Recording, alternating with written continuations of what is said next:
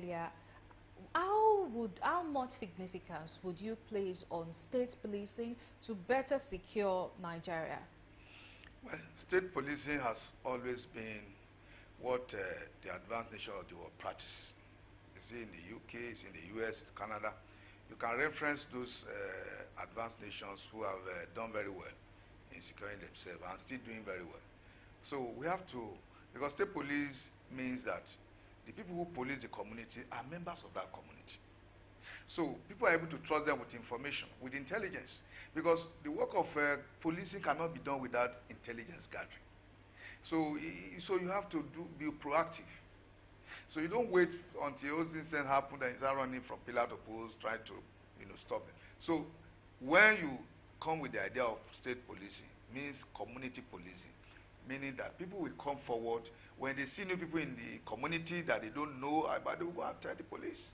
When they see movements that are strange in the community, where the people will go and report to the police, so that they can now take proactive measures and not wait and be reactive, because most what we have seen is reactive measures from our police. The wait, everything's happened and start running, okay, the crime has not been committed, but to prevent them from being committed.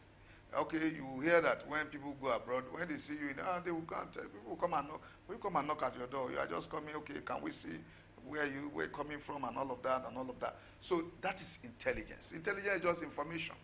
People know new information, they process it. So they don't allow it to happen before they step in. So that's the whole idea of police. So if we must prevent some of these criminals and criminality in our environment, our community policing or state policing is the way to go.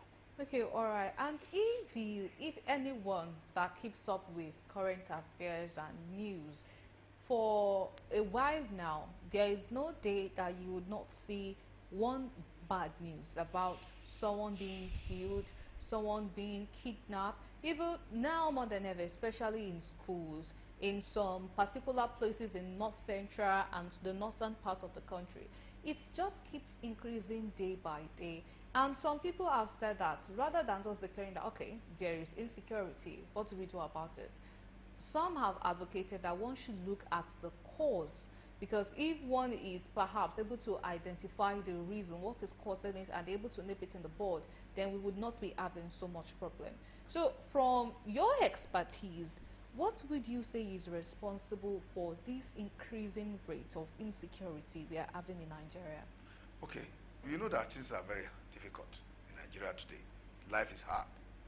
Okay, so, and some of those crimes that we see, most of them are driven by hardship, by economic hardship. Let's be very clear about that. So what do we do as a people, as a government, to make sure that, okay, we are a bit more compassionate with ourselves, we love ourselves, and we now give information to those who are in position, the police, the security agencies, who are saddled with the responsibility of preventing criminality in our environment. So two things we must know, that things are very difficult. And some of the crimes that have been committed are things that are driven by hardship that we see.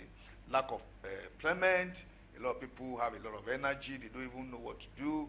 They don't know where to go. They have no job. They have nowhere to go to when they wake up. So, and they want to be able to feed their family. They want to be able to. So these are all the things that we must understand. So, and the way to go is to make sure that even at individual level, that some of us, we have people secure. If you know some of the people that are rich in our environment, how much they pay those who are in charge of their security, they have their children abroad, and they are living alone, and because I'm into that business. And when you ask them to even pay something that a wage that can sustain people, they say no. So we need to do more. We don't just put everything on government, because it's not about Nigeria alone.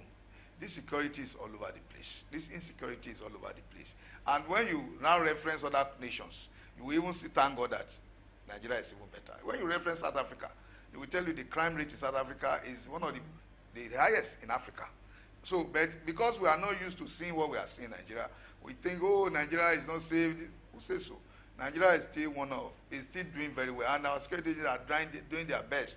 And you know that they have to do their best based on what is available to them. in terms of logistics, in terms of even their number compared to our population. Because it will tell you one policeman should be to about 40 people. But in Nigerian reference, I think it's about one policeman to about 500 people. So we need to increase their number. Both the police and the other security agencies, the military, they need to have more number. They have to increase their population, reference to our own population growth. But what do we do in this situation that some of these law enforcement agencies are even part of people who perpetrate some crimes or even aid crimes? Because most of the people that they get affected, they usually don't go to report. But then maybe whenever we're on the field and we are doing reports, we always get report from people, but then they just would not go to the police to report. We have instances where during stop and search duties, police might put drugs in bags of the people they are searching so that they would arrest them, get money from them forcefully. If we are having situations like that with our security, then how can we be looking forward to a future that insecurity would not be so much of a problem? Okay, we are talking of a case of bad eggs. It's not only in the security agencies. There are always bad eggs in every profession. There are people that will not just want to conform. There are people who find their way into those agencies and they want to do what they want to do. They don't want to follow the regulation. They don't want to follow the rule of engagement. Even in the US that we reference, we saw it. I mean, recently we were showing it on the CNN when I was watching how a custom officer was going and putting his bag in people's bag as he was being, to take things. And the camera was there to capture. So there will always be bad eggs. But those agencies must have their internal, structure to be able to fish out those that are bad eggs. And I think Nigerian police has that. They have the IG intelligence group that goes around and, ask you if you have complaint. If any of their members have done this, have done that, you can report, you can complain. And they have public complaint, So we don't generalize that because those people are still in the minority. They are still very good police officers, military officers who want to do the right thing and they are prepared by the best practices and they want to grow in the career and they have. So we will look up to those people. Why we ignore those, but if we have any of them, there's a way we can report them. There's a channel that we can, and they will be disciplined. So but we do not say because of that, we will not do as citizens. We also have our own responsibility. We have our own duty to do, to be able to say this because these people, this police, they are our brother, they are our sisters, they are from our homes, and so I don't know whether I've answered the question. Yes, definitely. You have done that. Yes. So let us look at this. About a week ago or so, the House of Representatives met with representatives from Benin Republic on issues of border control, because some people have opined that most of the bandits that are attacking the northern part of Nigeria, well, the areas in Nigeria that are close to the border, that most of them are not Nigerians, but rather they are foreigners from other countries. So if you would rate our border control, because it seems Nigeria, we are very welcoming people. Yes. We welcome people wholeheartedly. Yes. So how much emphasis would you say that Nigeria needs to put on border control to also reduce case of insecurity? Yes, we know that we have a very poor border control in our country, and they will tell you there are so many routes that people can get to cross to our region, and because of the liberality in the ECOWAS protocols, so that you can stay in any ECOWAS country maybe for a period of 90 days without any you can so that helps to move around. But I think that should not stop our agents even when they have crossed. They have a way, because over time I've crossed to Benin Republic, and I know that they will tell you when you get to the border, they will tell you, do you want to cross legally or do you want to cross the other way? Legally means you pass through the border, you will have your passport, you will have it stamped. But if you don't have a passport, there are people who will come to you and say, we'll cross you with bike, but this is how much you will pay us. And so they know how to cross you to the other side. So all of that is happening. And I don't think that the security agency will not say that they are not aware of all of this that is happening. So we need more of our security agencies and border control agencies to be alert to their duties. And I tell you that when you go to a place like Songo, if you go there early in the morning on Saturday, you will see vehicle that they are using to smuggle from Benin Republic to Nigeria. They don't come alone. They come in a convoy.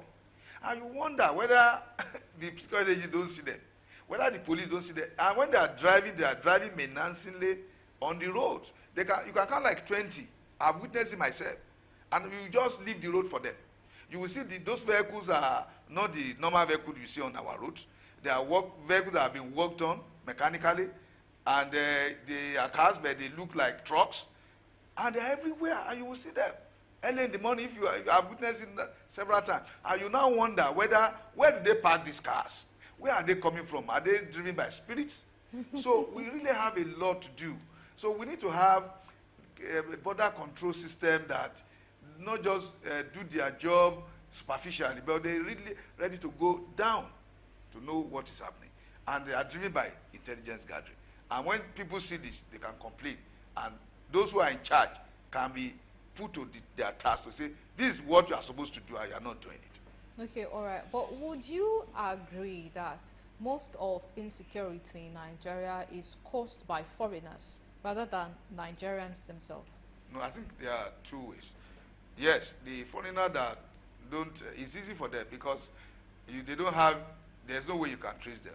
And so many of them are in Nigeria. And we go on, engage them as security guard, they ride bags. Most of those people who ride these motorbikes, you find out they're not even Nigeria. But because they speak, you know, some of them, especially from the northern part, because they speak Hausa, we think they are from the north.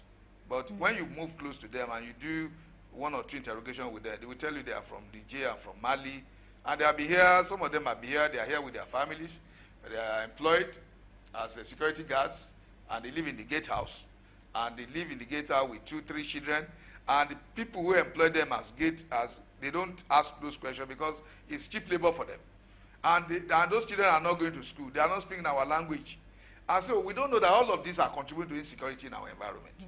And those who indulge in this are those who are even affluent, who are elites in our environment. So until we begin to know that those are contributory factors to our insecurity in Nigeria, and we just put everything on security agents, on the police, how many policemen do we have that will now be able to go from house? When you employ that security guard without any background check, you do not know where it's coming from, and you put him in your guard house, and he has 2 or 3 kids, and the wife does not go anywhere, know that you are also contributing to the insecurity we have in Nigeria. Okay? So until we come to those, until we start those interrogations, those conversations, then we are not ready to hear, because security, if we must find solution, it must be how people approach. We must not dump this insecurity on the police and the military and the security agencies alone. We must know that all of us, we are all to be involved in finding solution to the insecurity in our system, in our country. All right, definitely. Thank you so much for that. And now I feel like it's about time for us to look at another sector where insecurity is really threatening, and that would be the education